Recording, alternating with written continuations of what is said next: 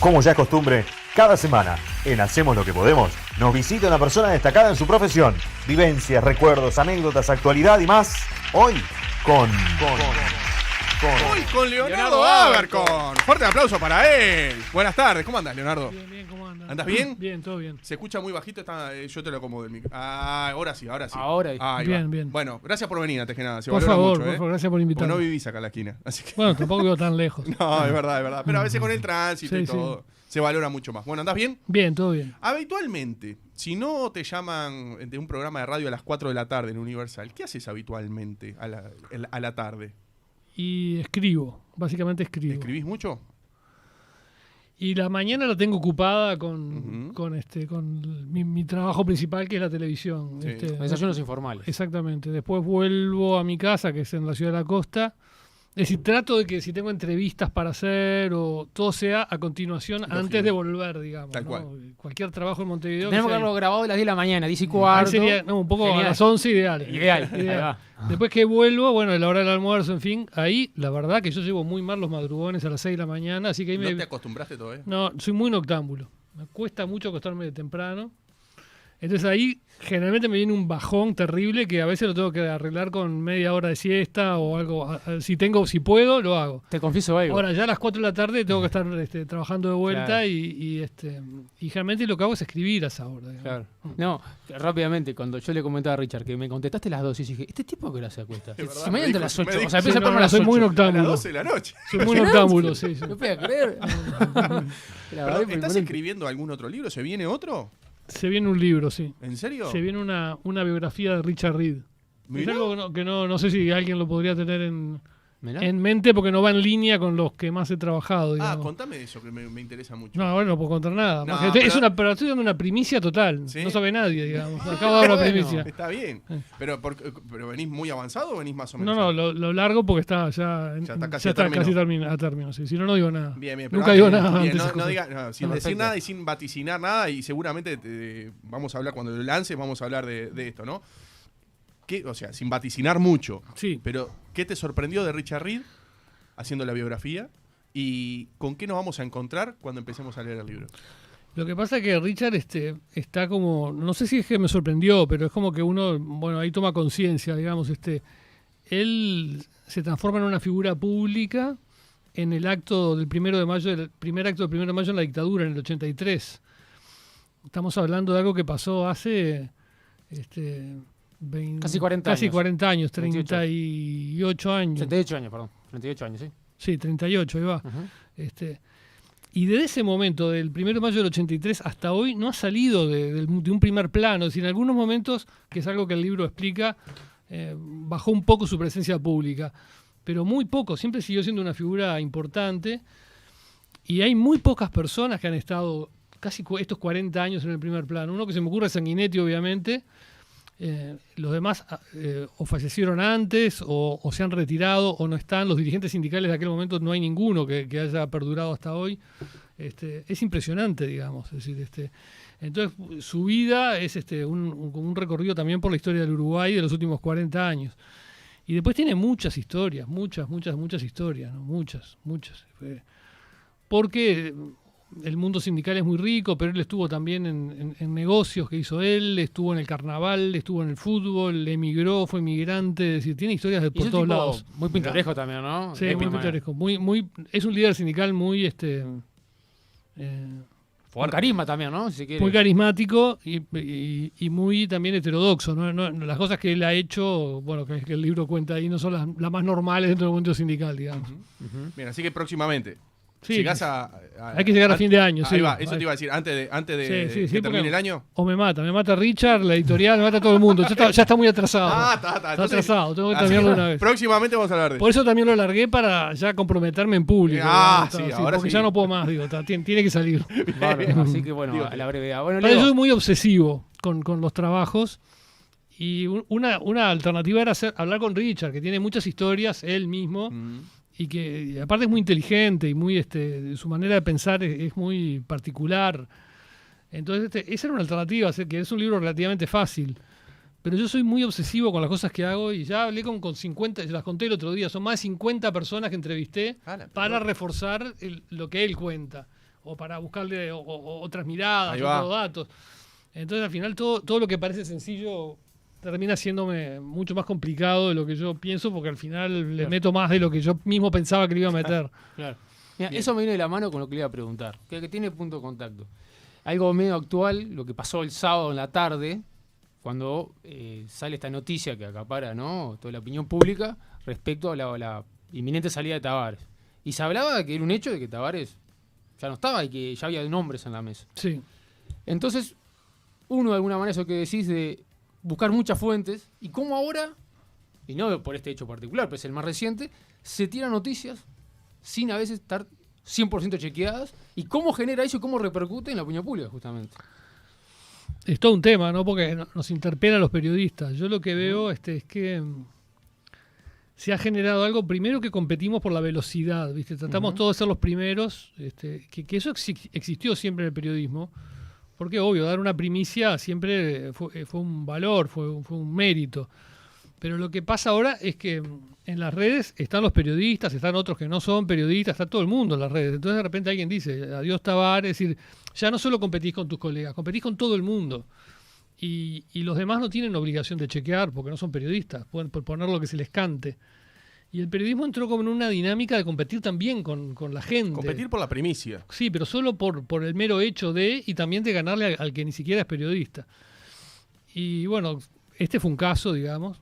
Es decir, Tremendo. tremendo. Vos tenés que confirmar las noticias, digamos. Yo trabajé mucho tiempo en un trabajo que tuve hasta hace relativamente poco, hasta fines de 2019. Fui corresponsal de Associated Press en Uruguay, una agencia internacional de noticias, durante 6 años. Los tipos son muy, muy estrictos. Por ejemplo, esa noticia vos la podés dar, es decir, es un buen ejemplo, porque vos en una agencia internacional informás lo que interesa afuera sobre el Uruguay, ¿no? Pero justamente la selección trasciende. La selección interesaba mucho. Lo había sacado también enseguida. Exacto, ¿no? Digamos. Por ejemplo, yo en ese trabajo tenía que ir a cada conferencia de prensa de Tavares en el complejo, tenía que ir, digamos, porque Tavares interesa. Y la única manera que yo podría haber dado esa noticia, estoy seguro, porque mis jefes me lo hubieran dicho, es, ¿te lo confirmó la AUF? ¿La AUF sacó un comunicado? No. ¿Te lo dijo el presidente de la AUF o algún otro integrante del ejecutivo de la AUF, pero con su nombre lo declara? ¿Declara que ya no es Tavares el técnico? No, porque no hubo ninguna declaración. ¿Te lo confirma Tavares? No. Está en el ABC del periodismo. Está en el ABC del periodismo. Entonces nunca hubiera podido dar esa noticia, porque ninguna de esas cosas pasó. No había un comunicado oficial, no lo declaró oficialmente el presidente de la AUF ni el propio Tavares. Y además que se barajaban nombres. Y bueno, ya decían que iba a asumir fulano, mengano, digamos. Entonces, por eso digo, creo que hay un apuro ahí que termina no haciéndole bien al periodismo, porque ¿cuál es el balance? Y el balance es que mucho periodista quedó desacreditado, digamos, y el periodismo queda desacreditado. Y la credibilidad es brava. Y la credibilidad es lo único que tenemos, el nombre es lo único que tenemos, digamos, porque ¿qué somos nosotros si la gente no cree lo que decimos? No servimos para nada. Totalmente. Exacto. Bien, ¿y existe la objetividad en el periodismo? Bueno, eso es una polémica eterna, ¿no? Yo creo que no. Que objetividad al 100% no existe porque no somos objetos, justamente, digamos, no somos un cable que puede transmitir la realidad tal como es a la mente de otro, digamos. Vos la transmitís a través de una serie de... Vos la ves, ya primero vos la ves, antes de transmitirla la tenés que ver vos o entender vos, y la ves y la entendés a través de lo que son tus ideas, tu manera de pensar, tu manera de ver las cosas. Como visión. Sí, claro, tu cosmovisión. Ya a partir de ahí ya no es exactamente igual la mía que la tuya, digamos. Ya hay diferencias. Entonces, 100% objetivo no se puede ser, no existe. Pero lo que hay que ser es honesto intelectualmente, digamos, ¿no? Si yo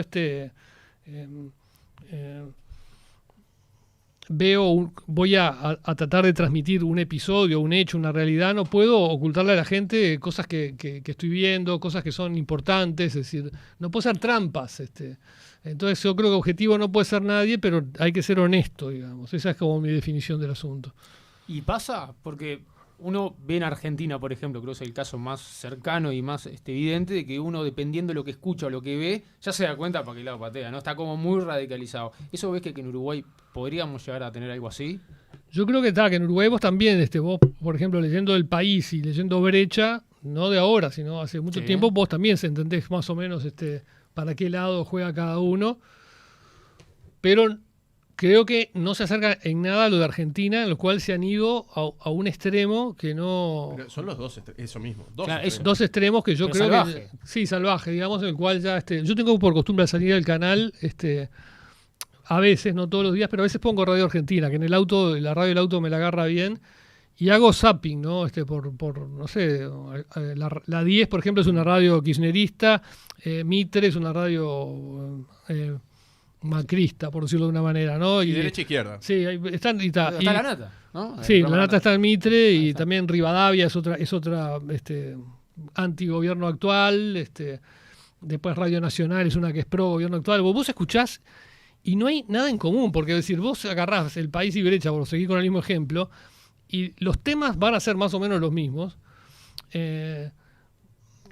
Va a haber un núcleo común y después va a haber distintas matices o énfasis, pero vos leyendo los dos te haces una idea de más o menos de todo y ves más o menos cuál es no sé si hay un sesgo en cada uno. Pero en Argentina no tratan los mismos temas, es como poner una radio que fuera de un país y otra de otro país. No son los mismos temas, ya no hablan de las mismas cosas, y cuando de casualidad tratan un tema en común, es tan opuesto lo que dicen que no hay manera que la gente haga una síntesis. Ya es imposible hacer una síntesis a partir de ahí.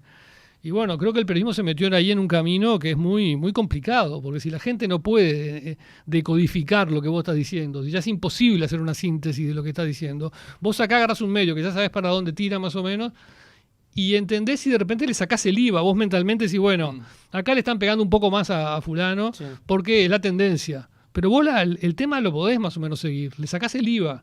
En Argentina ya no se puede y yo lo veo muy, muy complicado. Creo que el periodismo argentino entró en una dinámica que... Es decir, no el periodismo argentino, Argentina. Argentina entera. Argentina, claro, entró en esa dinámica de la grieta para todo, que yo creo que es muy negativa y que acá tenemos que hacer el esfuerzo máximo por no caer en eso, digamos, ¿no? Porque a partir de ahí ya no hay diálogo posible y no se puede entender la realidad. Casi coquetea, pero penitas, ¿no? Me Y parece. bueno, sí, hay una tentación, ¿no? Porque a veces rinde Claro. políticamente, o también te puedes ser muy popular periodísticamente ante cierto público si vos sos muy tajante y machacás con un tema, y es mucho más, a veces más atractivo que ser un tipo que ve los grises, que dice, no, pero en este caso veo matices, ¿no? Sí, Pero eso... a vos te debe bueno, a vos A todos, ¿no? te debe pasar que si vos un día decís A, el que te está viendo te va a decir una cosa que sos y mañana te va a decir otra la misma persona, quizás, ¿no? Te dicen de todo el tiempo, ¿no? Tampoco hay que darle mucha bolilla, pero porque hoy en el programa me mataba de risa porque hace varios días veníamos cayéndole con todo al Estoy enojado hoy. Con una cosa. Le veníamos cayendo con todo al intendente de La Valleja, García, Sí. que le dio un sobresueldo a su hermano, Sí, claro. que lo hizo meter por la intendente anterior como peón en la intendencia para supuestamente poder participar de la transición municipal. En realidad el tipo podía participar sin ser nada, porque yo pienso que no le iban a prohibir conocer la realidad de la intendencia, pero bueno, lo metieron. La intendente anterior lo metió como peón. Cuando asume el intendente actual, le da un sobresueldo enorme de como 70.000 pesos, arriba del que tenía. Y este mismo intendente, García, que es blanco, digamos, que es del Partido Nacional, duplicó los cargos de directores municipales y los cargos de confianza, que eran 13, los pasó a 26, y luego los repartió entre el Partido Colorado, Cabildo y algunos sectores blancos que no son el de él, para que en la Junta voten con él, y así sacó todo este paquete adelante, digamos. Eso es impresentable, ¿no? Pero hace días que veníamos en el programa diciendo eso. Hoy salió una noticia que Cose justificó haber metido a dedo a varios de los ex guardaespaldas de Tabaré, Sí. diciendo que ella los metió porque ellos cuidaron a Tabaré y ella va a cuidar la memoria de Tabaré, o de esa manera, ¿no? El legado, ¿no? Algo así. Es una cosa realmente insólita, que para mí es muy parecido a lo que hace el intendente de La Valleja, porque en el fondo yo estoy acá y yo hago con la plata que no es mía, que es de los contribuyentes, hago lo que quiero, te duplico los cargos de confianza. Usar el poder. Sí, o le rindo homenaje a Tabaré metiéndole a los guardaespaldas, digamos, que quiere hacer un homenaje a Tabaré, que se lo haga en la casa, digamos, que haga, ponga un póster en el jardín, que lo vea todo el mundo, una balconera, no sé lo que quiera. Pero la plata de la gente es otra cosa, digamos. La cuestión es que dije esto, pero después de días de venir dándole con un caño al blanco, y ya te dicen, Mutaste de foca a facho. Exacto, Ranqueas con la izquierda. exacto, no, te dicen, pero no hay que darle mucha bolilla, uno tiene que decir lo que piensa, digamos. Bien, Y a eso le puede pasar de todo, perdona, No, Richard, dale, ya, dale. para cerrar. Dale, Te debe pasar con Peñarol, además, imagino. Cuando es un comentario, de lo más choto, digo, ¿no?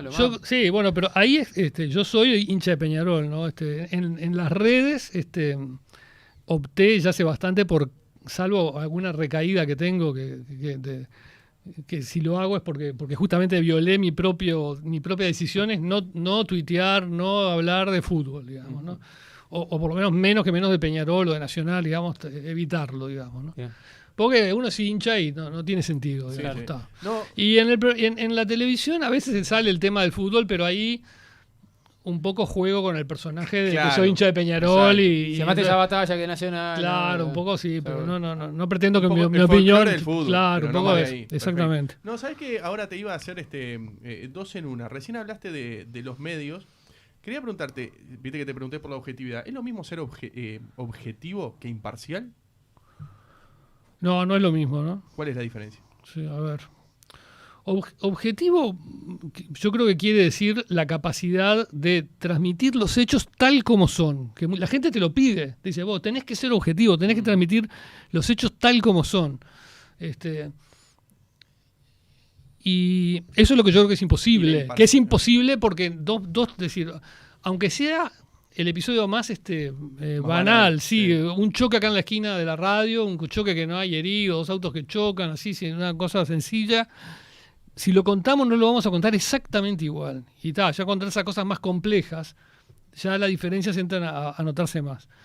La imparcialidad es pararse ante un tema sin tomar partido y en equidistancia de las dos posiciones. Yo creo que es algo que sí se puede, es difícil, pero se puede. Creo que es deseable en la mayoría de las cosas. Creo que tenemos que tratar de ir hacia eso. Te lo dificulta lo que decíamos anterior, tu propia cosmovisión te dificulta esa imparcialidad a veces, porque a veces uno, por la manera de pensar que tiene, está más cerca de una manera de pensar o de otra. Pero bueno, hay que tratar de hacerlo con excepciones, ¿no? Con excepciones. Por ejemplo, yo no soy imparcial ante Radi y un tipo que dice que Radi está matando a la gente al pedirle que se vacunen, digamos, ¿no? Porque ya está demostrado que toda una línea argumental se basa en falacias que no tienen sentido, digamos. Entonces, creo que la imparcialidad es buena en muchos casos, hay que tratar de mantenerla, con algunas en las cuales yo no soy imparcial, digamos, y creo que ya no tiene sentido serlo, porque si no al final termina siendo imparcial entre el torturado y el torturador, digamos. Entonces por ejemplo, no le veo sentido, digamos, o entre una víctima de los campos de concentración y un negador del Holocausto, digamos. Hay momentos que vos no tenés no tenés la obligación de la imparcialidad, digamos. Pero perdona, y no puede pasar que en alguna redacción o preparación que vos estás haciendo digas, si digo esto capaz que me matan, o que alguien te diga, che, Leo, capaz que es por otro lado.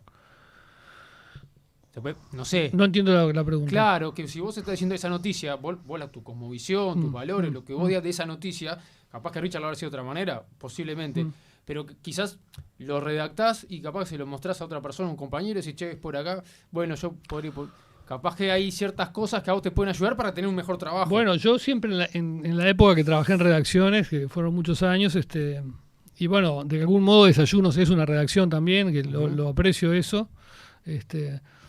Es muy valioso el trabajar en conjunto, digamos, el tener otras opiniones, el no estar solo, digamos. Por ejemplo, cuando uno trabaja, y hoy mucho yo noto que se ha perdido esa cadena, digamos. Veo que en muchos medios salen noticias que vos decís, esto lo editó, lo escribió uno y nadie lo leyó. Porque ves errores que decís, no puede ser. Sí. No puede ser que no lo haya leído nadie.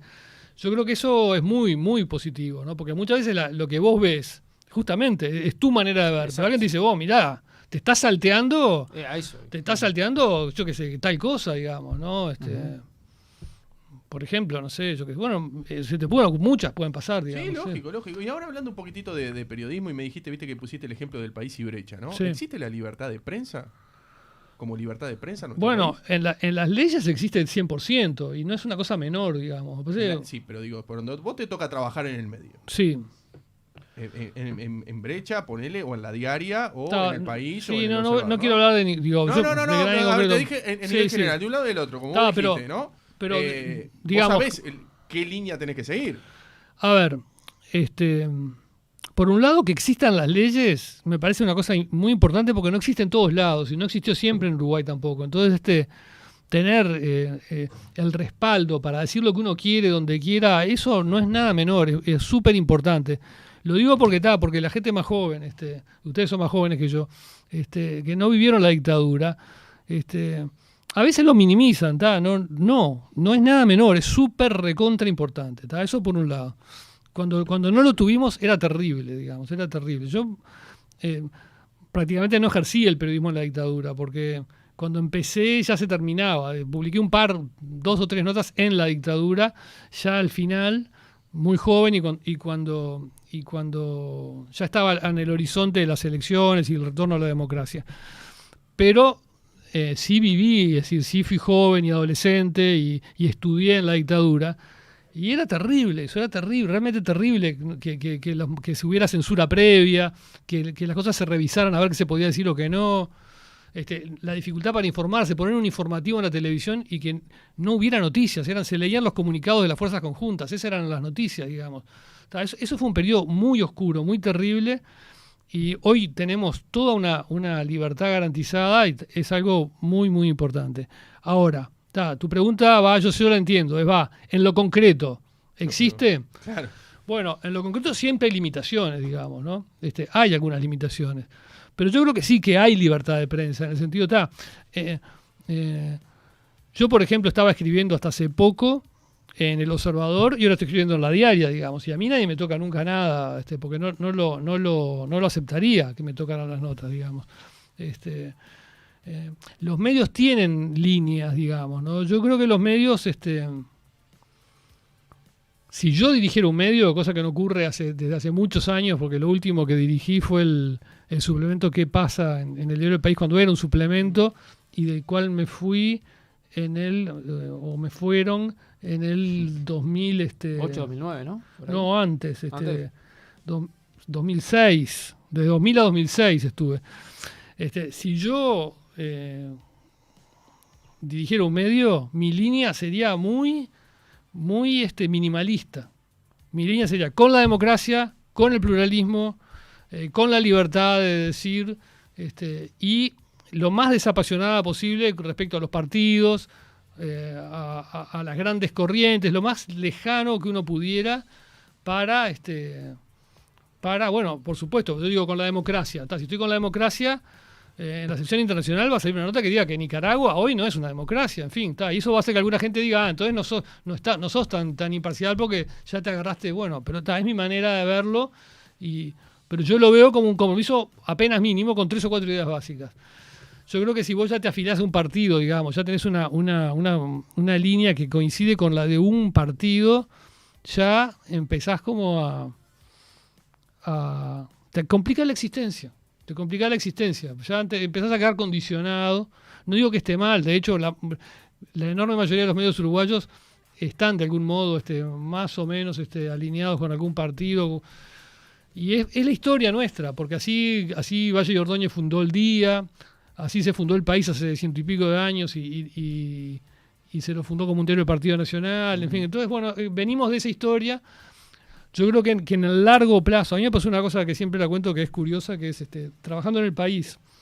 Una vez era la elección del 99, creo, y Jorge Valle se candidateaba a presidente. Sí. Creo que el eslogan era "Te canta la justa", sí, ese era el eslogan. Entonces yo quise hacer un artículo en el cual recordar, era como la 7ª vez que se candidateaba a presidente. ¿Cuáles habían sido sus eslóganes en las 7, cuál había sido como la frase que resumía su campaña? Bien. Entonces pedí las colecciones del País de los anteriores elecciones. Las anteriores. Exacto. Y cuando fui a la primera campaña que se había postulado Valle, que habría que, supongo que había sido en los 50, ahora no me acuerdo, en los 60, a principios de los 60, me llevé una sorpresa tremenda. Es decir, el diario El País en esa campaña electoral no le dedicó una línea a Jorge Valle. No estaba el eslogan, no podías averiguarlo leyendo El País. ¿Por qué? Porque El País en esa campaña electoral solo publicó información del candidato que apoyaba. Sí, ni siquiera, es decir, del candidato blanco al que apoyaba El País. De los otros candidatos blancos, porque había ley de lemas, no había nada. Del Partido Colorado no había prácticamente nada. Y de los partidos de izquierda, por supuesto que no había nada. Entonces, si uno compara, uno se enoja a veces por decir, te enojas con cómo hace el país tal cosa, pero si vos lo comparás con lo que hacía el país 30, hace 50 años, sí. exacto, ves que todo se ha profesionalizado mucho, todo ha mejorado bastante, todo hoy puede haber matices, pero la información está bastante, hay una pluralidad, y eso no solo, los demás también, todos, digamos. Entonces creo que ahí pensé, uno protesta, yo mismo estaba ahí adentro y rabiaba con cantidad de cosas que pasaban ahí adentro, pero si lo ves en el largo plazo mejoramos, digamos, porque aquello era una vergüenza, digamos. No es lo ideal, pero se mejoró bastante. Se mejoró. Bien. Hablaste hace unos minutos del periodo de la dictadura, que vos empezaste a ejercer a la salida. Respecto a la dictadura, ¿crees que en algún momento habrá un relato único del pasado reciente o viviremos por un largo tramo aún con dos veredas opuestas de una misma historia, si se quiere? Sí. ¿No? Yo creo que hay más de dos veredas, digamos, ¿no? Sí, hay muchos relatos. La respuesta concreta sería, dudo mucho que lleguemos a un relato único. Consenso. Sí. Y capaz que ni siquiera es bueno que haya un consenso, porque como decíamos hoy, ¿no? Si ante un hecho tan chico como un choque, Perfecto. te lo vamos a contar distinto, o un partido de fútbol, ¿no? Por ejemplo, ¿quién jugó bien ayer? ¿Por qué Torque perdió? En fin, habrá mil, todos vieron el mismo partido, pero después cuando te transmiten las ideas, son todas distintas. son todas distintas. Ante una cosa tan compleja como lo que fue, cómo se gestó el golpe de Estado, la dictadura, lo que ocurrió, supongo que no es deseable que tengamos, es imposible para empezar que haya una única mirada, un único relato, y que de algún modo también sería empobrecedor, digamos, porque querría decir que no hay nadie mirándola desde otro lado, desde otro ángulo. Es decir, entonces creo que por un lado, no creo que tengamos un relato único, ni siquiera creo que sea bueno. Ahora, lo que pasa hoy es que hay relatos que ni siquiera se ponen de acuerdo en los hechos, y ahí sí yo veo un problema. Lo que yo aspiraría es, pongámonos de acuerdo en un núcleo de hechos centrales, o por lo menos básicos. Por decirte uno, en la dictadura se violaron los derechos humanos, punto. Es decir, porque hay gente que hoy lo discute, punto. Pongámonos de acuerdo en una serie de hechos y luego valorémoslo como cada uno lo valora. Si creo que en las valoraciones nunca nos vamos a poner de acuerdo, pero yo aspiro, y es lo que he tratado en los últimos libros, y bueno, pongamos algunos hechos blanco sobre negro, digamos, ¿no? Te digo, la dictadura violó los derechos humanos. El MLN violó los derechos humanos, recurrió a la violencia, hizo actos que podrían ser calificados de terroristas, puso bombas, digamos, poner una bomba en un bowling, poner una bomba en un restaurante. Es un acto que hoy, si viene una noticia que pasó en Bulgaria, vos decís, fue un acto terrorista. Está bien, hicieron eso, digamos, pongámonos de acuerdo. La dictadura metió en cana gente inocente, torturó a mansalva. Son hechos, digo, no discutamos los hechos están. Ahora, bueno, el MLN recurrió a esa manera de hacer política porque eran malos, porque había un viento revolucionario que venía ya con la victoria de Cuba.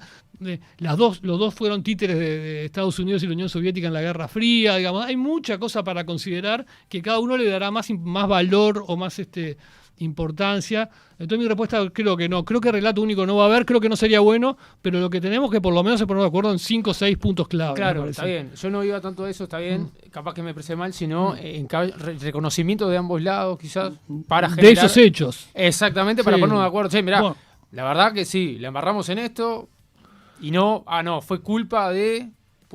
Estamos lejos, ¿no? Estamos lejos. Yo pensé que estábamos más cerca en algún momento en la campaña electoral o de algún modo la emergencia de Cabildo Abierto y no digo todos, pero por ejemplo yo recuerdo una entrevista que le hicieron a Rivera Elgue, que es el subsecretario de Defensa, y que es prácticamente era en un momento, no sé si no era el segundo de Cabildo Abierto, o hoy como subsecretario de Defensa no aparece mucho, y por ejemplo Domenech como senador ha tomado más importancia, pero bueno, es uno de los 5 más importantes de Cabildo.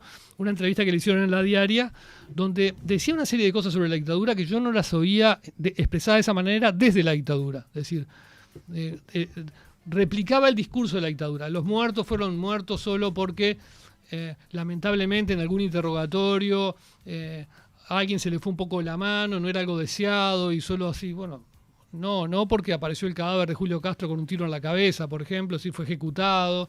es evidente que la madre de Macarena Gelman fue ejecutada, hay vuelos con Porque lo dejaban de un día para el otro y al otro día amanecía muerto. Por eso hay muchas cosas ya comprobadas. Entonces, pero a mí me asombró. Yo pensé que ese tipo de relato ya estaba perimido y vi que no. Y del otro lado, o por poner dos ejemplos para que no te digan que solo, porque la gente después te dice, no, solo ves a los milicos y a los tupas, digamos. Del lado de los tupamaros, y yo creo que falta asumir unas cuantas cosas, o de repente hay mucho tupamaro que la ha asumido él en una entrevista, o de repente en algún carta o algo, pero no como organización, digamos. Que hubo que aplicaron la pena de muerte a prisioneros que a veces eran inocentes incluso, o a gente que ellos decían que eran culpables, pero en Uruguay no había pena de muerte, no existía. ¿Fue embajador de Francia? No, un embajador que... Hay una película inclusive, ¿no? Francesa, en el cual de tu Estado de sitio. Estado de sitio. De Costa Gabras. Ahí va. Esa refiere al secuestro de ahora, no me acuerdo. De un embajador, ¿no? Un embajador, sí, no me acuerdo exactamente quién. Bueno, pero después también están en los propios partidos políticos, el Partido Nacional, el Partido Colorado, que yo creo que tampoco han sido del todo honestos en sus responsabilidades, porque ¿qué pasó? No hubiera podido haber un golpe de Estado y una dictadura que duró 13 años si la gente hubiera creído en la democracia como creemos hoy, digamos, ¿no? Y lo hubiera defendido. Ahí había operado durante una pérdida de confianza en la democracia muy grande, la gente estaba hastiada, no creía más, y finalmente algunos aceptaron el golpe, algunos hasta se alegraron, otros lo aceptaron con resignación, pero ya había un deterioro muy grande, y creo que los partidos tradicionales no han hecho esa autocrítica tampoco, y se ve muy claro en una cosa. Nosotros recordamos el golpe de Estado en junio, el 27 de junio. Sí. Pero hubo un golpe de Estado en febrero es discutible cuál fue la verdadera fecha. Así, creo que fue todo un proceso que empezó en febrero y terminó en junio. Con los comunicados. Claro, pero en febrero, cuando los militares desconocen a la autoridad de Bordaberry, que era el presidente ahí constitucional, Bordaberry había nombrado un ministro de Defensa que era un militar constitucionalista, y al ejército, que ya estaba en una dinámica de golpe de Estado, no querían ese ministro de Defensa. Entonces le dicen a Bordaberry, no. Y Bordaberry llama a la gente a defender la democracia, no va nadie a la Plaza Independencia, la Armada se atrinchera en la Ciudad Vieja para defender las instituciones, pero nadie más, los partidos no hicieron nada, el Partido Colorado, el Partido Nacional, todo el mundo quería que Bordaberry fuera rajado, que hubiera elecciones anticipadas, no se dieron cuenta lo respetaban. Sí, pero no se dieron cuenta de lo que venía, es decir, no era Bordaberry, eran las instituciones. Claro. Y ahí cayó todo, digamos, Bordaberry transó, sacó a ese ministro, puso al ministro que querían los golpistas, y bueno, y todo avanzó hasta que en junio sacaron el Parlamento, y sí, ahí sí, avanzaron totalmente. Los partidos tradicionales nunca recuerdan el golpe de febrero porque se callaron la boca. La izquierda tampoco, porque la izquierda aplaudió también, el Partido Comunista sobre todo, aplaudió los comunicados 4 y 7. Entonces todos se hacen los otarios en febrero y todos recuerdan junio, porque en junio sí, la izquierda, la CNT llamó a la huelga general, Wilson hizo un discurso. Sí, los tanques en el Palacio, ¿no? Exacto, hizo un discurso. Entonces, bueno, en junio todo el mundo protestó. Pero bueno, creo que una revisión honesta de los hechos implicaría una autocrítica respecto a la pasividad que tuvieron todos en febrero, ¿no? Claro. ¿Y crees que, recién lo mencionaste, ¿no? Pero más allá del Partido Colorado y el Partido Nacional, los blancos en su momento, ¿crees que hoy día Manini Ríos o muchos de Cabildo Abierto podrían aportar y no lo han hecho a lo largo de todo este tiempo para que se aclaren muchas cosas? Yo tengo la duda, ¿no? Yo antes de que fuera candidato y senador, cuando era comandante del ejército, varias veces hablé con Manini de este tema y siempre juró no tener información. Una vez recibió un dato y lo presentó a familiares, no sé si recuerdan que el dato no resultó cierto, y desde familiares lo acusaron de haberlos embromado, digamos. Y él juraba que no, que había aportado ese dato de buena fe, digamos, que no había sido una maniobra de su parte. Yo creo que, no sé si, no voy a señalar a Manini, no lo voy a acusar sin tener ninguna prueba de que tiene datos que no lo da, no puedo decirlo porque no tengo nada en lo cual basarme en forma concreta. Lo que sí es que estoy seguro que todavía hay gente viva que tiene datos, eso sí. Que hay gente viva que tiene datos, hay gente, estoy seguro. Sí, porque no han muerto todos los involucrados en aquellos episodios, muchos están presos. Y bueno, los datos no han aparecido, ¿no? O han aparecido muy parcialmente, ¿no? Vos entrevistaste varias veces a Gavazo. Sí, para el libro Gavazo sin piedad. Sí. Que falleció hace cuestión de unos meses, si no me equivoco. Exactamente.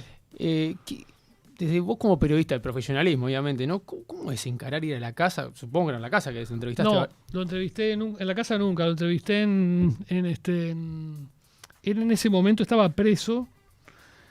Pero, es decir, le correspondía estar en Domingo Arena, pero estaba por una cuestión de salud, había logrado estar en el hospital militar. Uh-huh. ¿Fue siempre ahí? Y siempre fue en el hospital militar. ¿Y cómo era?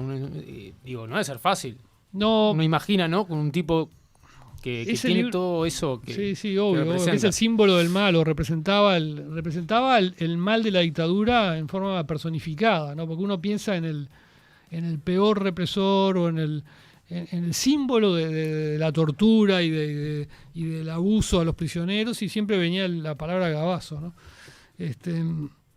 No fue fácil para mí, todo ese libro me llevó como un proceso mental muy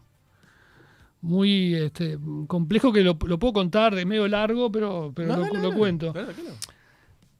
Yo quería hacer el libro por dos motivos, ¿no? La idea de hacer un libro sobre Gavazo venía por dos motivos. Por un lado, lo que decía antes, para mi generación que creció en la dictadura, cuando nosotros nos abrimos a empezar a conocer qué había pasado, la palabra Gavazo siempre fue una de las primeras. Gavazo hizo esto, Gavazo lo otro. Ya era como ya prácticamente... Marca registrada del mal. La marca registrada del mal, como un villano de Batman prácticamente, ¿no? Sí, era una cosa ya muy fuerte. Eso por un lado.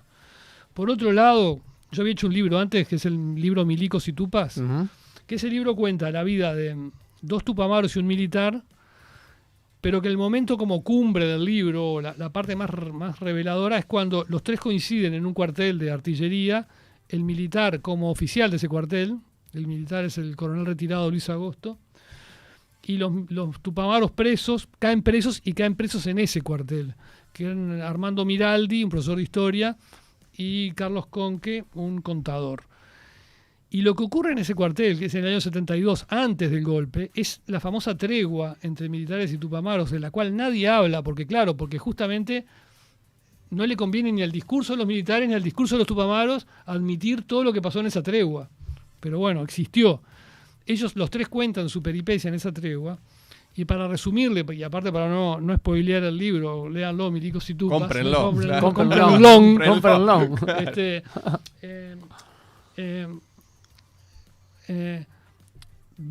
Aún durante la tregua, antes de la tregua, durante la tregua antes de la tregua y en la tregua, en ese cuartel se torturó. En el libro hay mucho detalle de eso, pero no murió nadie. Hasta que hay un momento que en esa tregua militares y tupamaros salían a perseguir juntos, a meter presa junta gente que supuestamente eran delincuentes económicos, corruptos, en un Uruguay que todavía había democracia, o por lo menos una democracia deteriorada, pero había, sin órdenes de jueces, sin que interviniera un fiscal. Lo hacían ellos por la de ellos, y los llevaban ahí y los interrogaban. Entonces, y se torturaba. Hay un momento que los mandos deciden, y el gobierno, que estaba Bordaberry, pero el general Cristi, los mandos del ejército, y el gobierno dice, esto ya se fue de mambo, porque uno de los presos fue Jorge Valle, por ejemplo, digamos, que era un político importante. Es decir, esto se fue de mambo y hay que cortarlo. Y lo cortan de raíz. ¿Cómo lo cortan? A esas unidades donde había prendido esa tregua, una era este cuartel de artillería, a los oficiales del ejército que habían participado, los sacan y los mandan a otros destinos, y destinos sin mando de tropa. Por ejemplo, a Agosto, que es el que me habla a mí en el libro, lo mandan a el hospital militar. Lo mandan al hospital militar, donde tiene que hacer tareas administrativas, no tiene más contacto ni con tupamaros ni con soldados. Defensa, exacto, ese tipo de cosas. Y a los tupamaros los dispersan en otras unidades militares, los llevan para otros cuarteles. Y al cuartel ese, para terminar con todo, mandan a Gabazo. Lo mandan a Gabazo y le dicen, vos, corte con todo eso.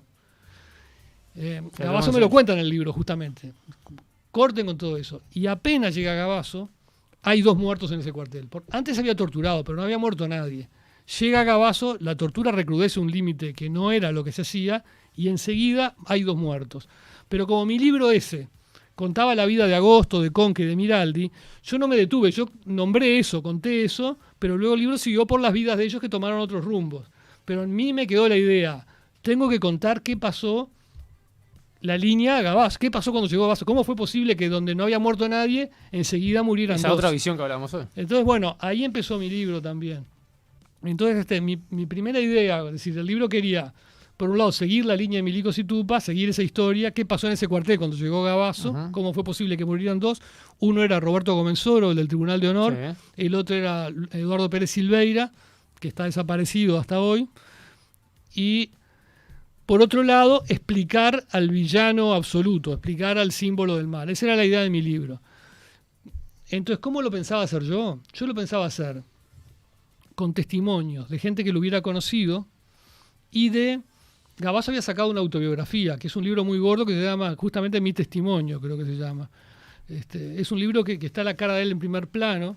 Es el único libro que tengo en mi biblioteca. De joven, ¿no? De joven, con la gorra de militar, de oficial. Sí. Es el único libro que tengo forrado, porque iba en el ómnibus leyendo y la gente te miraba como para matarte. Entonces lo tuve que forrar, digamos.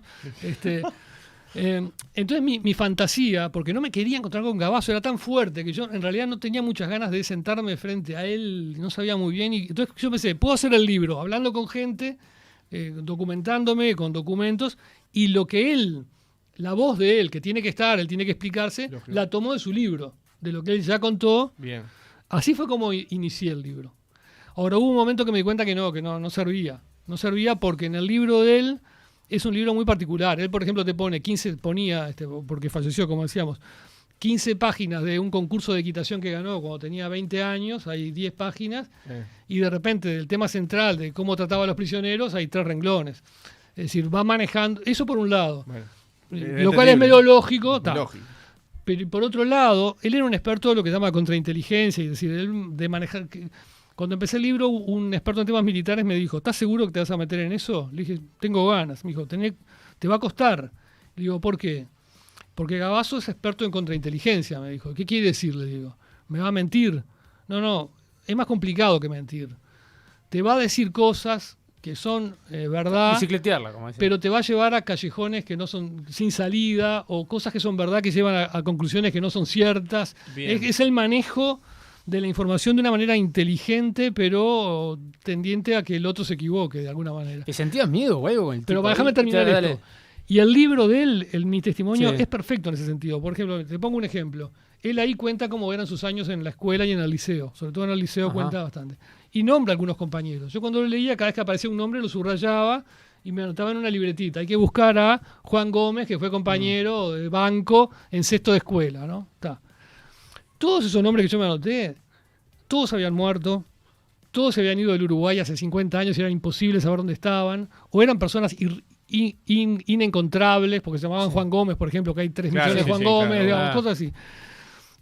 Todo era los vecinos, lo mismo con los vecinos, es decir, todo era un manejo perfecto de los datos para que vos no lograras avanzar a partir de eso. Entonces en un momento dije, tengo que hablar con él. No hay manera, este libro no me sirve, tengo que hablar con él. ¿Y cómo tomaste coraje?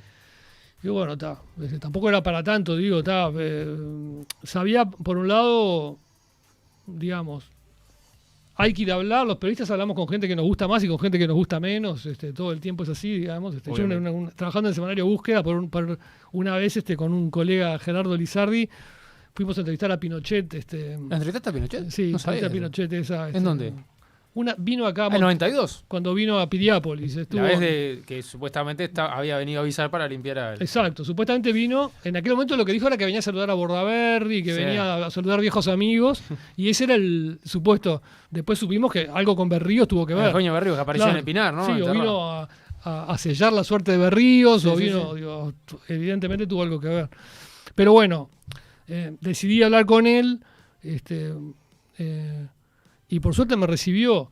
Lo que yo sabía era que todo el mundo iba mi sensación era, por un lado, me va a mentir. Tengo que ir muy preparado porque me va a decir, me va a mentir. Por otro lado, peor que me va a mentir, me va a dar cosas verdaderas para llegar a datos falsos. Claro, que es lo que te habían explicado antes. Exacto.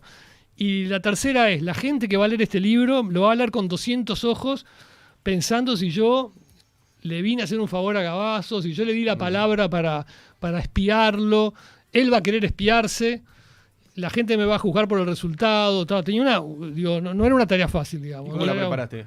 Bueno, me preparé mucho, leí mucho,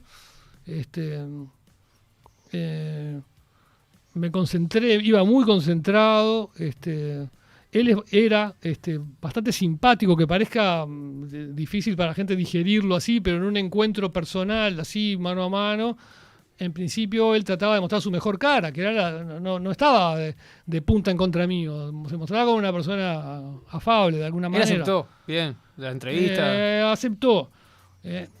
Ya la primera entrevista, me dijo, empezó a hablar algo y me dijo, yo me había preparado, porque vos ante un entrevistado tenés que tener alguna estrategia. Entonces, acá había dos caminos. Una de primera, tirarle el tema, algún tema pesado, tortura, desaparecidos, vuelos, Orletti, o tratar de empezar, cuénteme de su infancia, dónde nació, de modo de tratar de ir ablandándolo. Claro. Yo elegí ese camino. Él me había dicho que podíamos charlar todas las veces que quisiéramos. Pero la primera vez yo le tiré el tema de la infancia y a los 10 minutos se sacó el tema de la tortura. Y ahí sacó el tema de la tortura y me dijo, apague el grabador. Yo dije, no, pero... ¿Qué me sirve? Claro, exacto, ¿para qué me sirve? ¿Para Vos, qué si no lo apaga, cortamos acá. Bueno, era la primera entrevista, entonces a regañadientes lo apagué. Habló unas cosas de la tortura y al lado le digo, bueno, lo prendo de vuelta, ¿no? Porque si no, no tiene sentido. Sí, bueno, ¿para qué vine? Claro. Claro, préndalo. Pero ya esa primera vez me dijo que él quería leer las transcripciones. Yo le tiré la pelota para adelante, no le dije ni que sí ni que no, que le dije que sí, pero está. Y ahí me di cuenta que a la segunda vez que yo iba, él tenía buena memoria y él me decía, ¿se acuerda la vez pasada que yo le conté tal cosa? Y de repente era una cosa en la cual se había pisado mínimamente el palito, o por lo menos dejaba un margen de duda. Él me la acomodaba. Ya a la próxima entrevista él se acordaba de las cosas que había dicho y me las vestía mejor para su beneficio. Exacto. Yo le dije, si yo le muestro las transcripciones, va a ser mucho peor.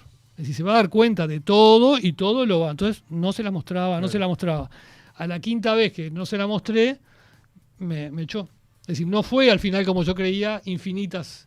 A la cuarta, quinta vez, la cuarta entrevista me dijo, ya está, usted no me trajo las grabaciones, no. Me acompañó hasta el ascensor.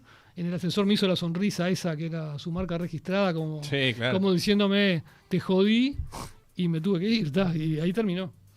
Tremendo, ¿eh? Claro, sí, porque pero ahí yo preferí tener 5 entrevistas más o menos, que bueno, por lo menos no estaban tocadas, claro. O no del todo tocadas, porque él siempre operaba ese juego de lo que se acordaba, lo corregía un poco, pero no mostrárselo, porque si se lo mostraba estaba sonado, digamos, claro. ¿Intentaste, intentar entrevistar a Gregorio Álvarez, por ejemplo? Es que iba a contar justo eso. Gregorio Álvarez estaba internado en el hospital, en el mismo momento. 2016. Sí, estaba internado en el mismo hospital.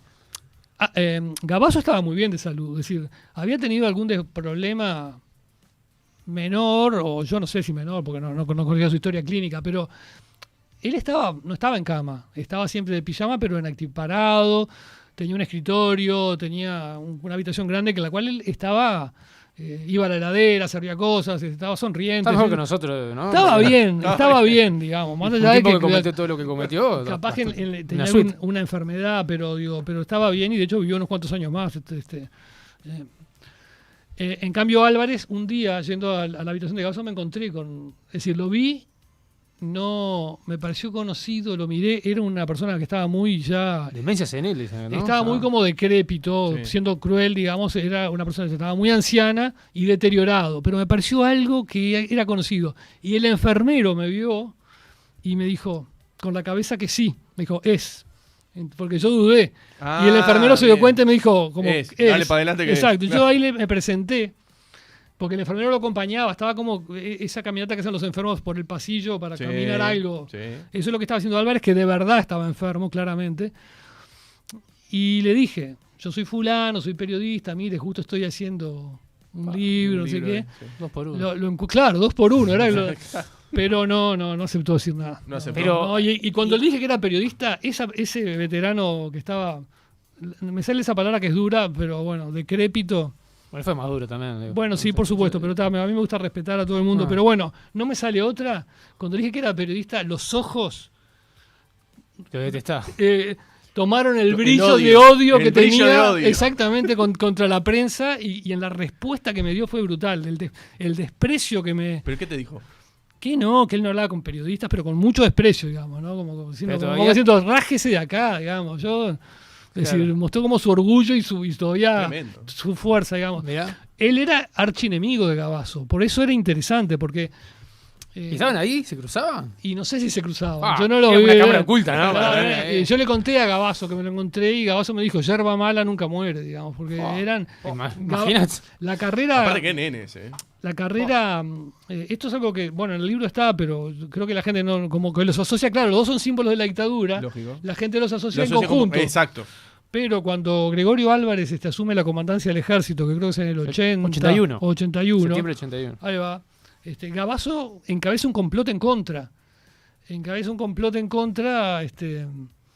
Con el jefe de inteligencia, que era el general Brandt, que falleció hace muchos años, y él, que era su segundo, organizan y sacan una publicación que se llamaba El Talero, donde se decían todo tipo de porquerías de Álvarez, que era corrupto, que lo único que quería era ser presidente, que tenía ambiciones presidenciales, que iba a alargar la dictadura, que era un ladrón, que hablaba con los políticos como una cosa espantosa, así que tenía diálogo con los políticos.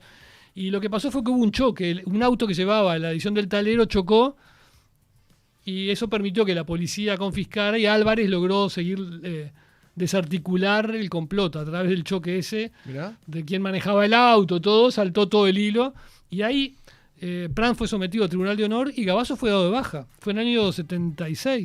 Es decir, Gabazo fue pasado a retiro por Álvarez ahí, perentoriamente. Eran enemigos, por lo cual el testimonio era muy interesante, pero bueno, no lo quiso dar. Bien, no te vas a ir con las manos vacías de este programa. Mirá, te vas a llevar la taza. Hacemos lo que Ahí la podemos. tenés, ahí la Notable, tenés, notable. 100.000 cosas afuera, ¿Eh? Yo me quedaría hablando 4 horas más por lo menos. Pero muy interesante. Pero yo hablo la verdad. largo. Le No, voy a hacer pero una es pregunta muy como de interesante, Gabazo, no, tal, pero es digo. muy interesante. Es muy interesante. Muchas gracias por la taza. No, y muchas gracias a vos por venir. No. Era lo mínimo que podemos hacer. Hacemos lo que podemos. Hacemos lo que Hacemos podemos. lo ¿Te gusta que- el nombre? Me encanta. ¿Sí? Sí. Pará, ¿nos conocías?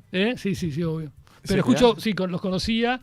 En general conozco tanto esta radio, pero también los colegas. Pero a esta hora escucho poca radio. Digamos. Bien. Esa es la verdad, escucho poca. Sí. No es que no escuche nada. No, está perfecto, Sí. está perfecto. ¿Sabes lo que me tenés que decir? Me tenés que mentir. A ver, Me tenés que decir, soy Leonardo Abercon y escucho Hacemos lo que podemos. ¿Podés? sí, claro.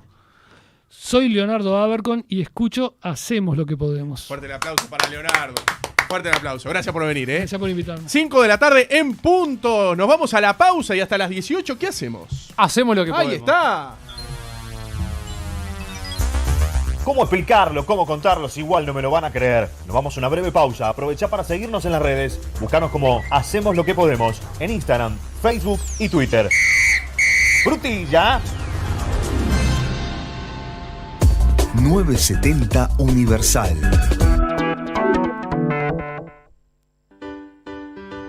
Hace más de 40 años nos elegís. Compartimos tu mesa. Granja La Familia.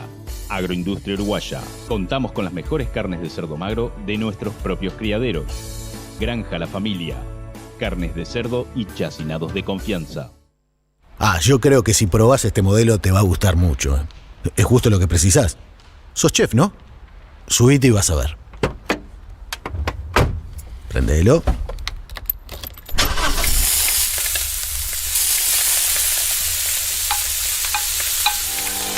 A un Fiat lo mueve tu pasión. Por eso no importa si es un City Car o un utilitario. Sabés que en cada modelo vas a encontrar la tecnología, diseño y confort que necesita tu pasión. Fiat. La pasión mueve. Gallagher's, de jueves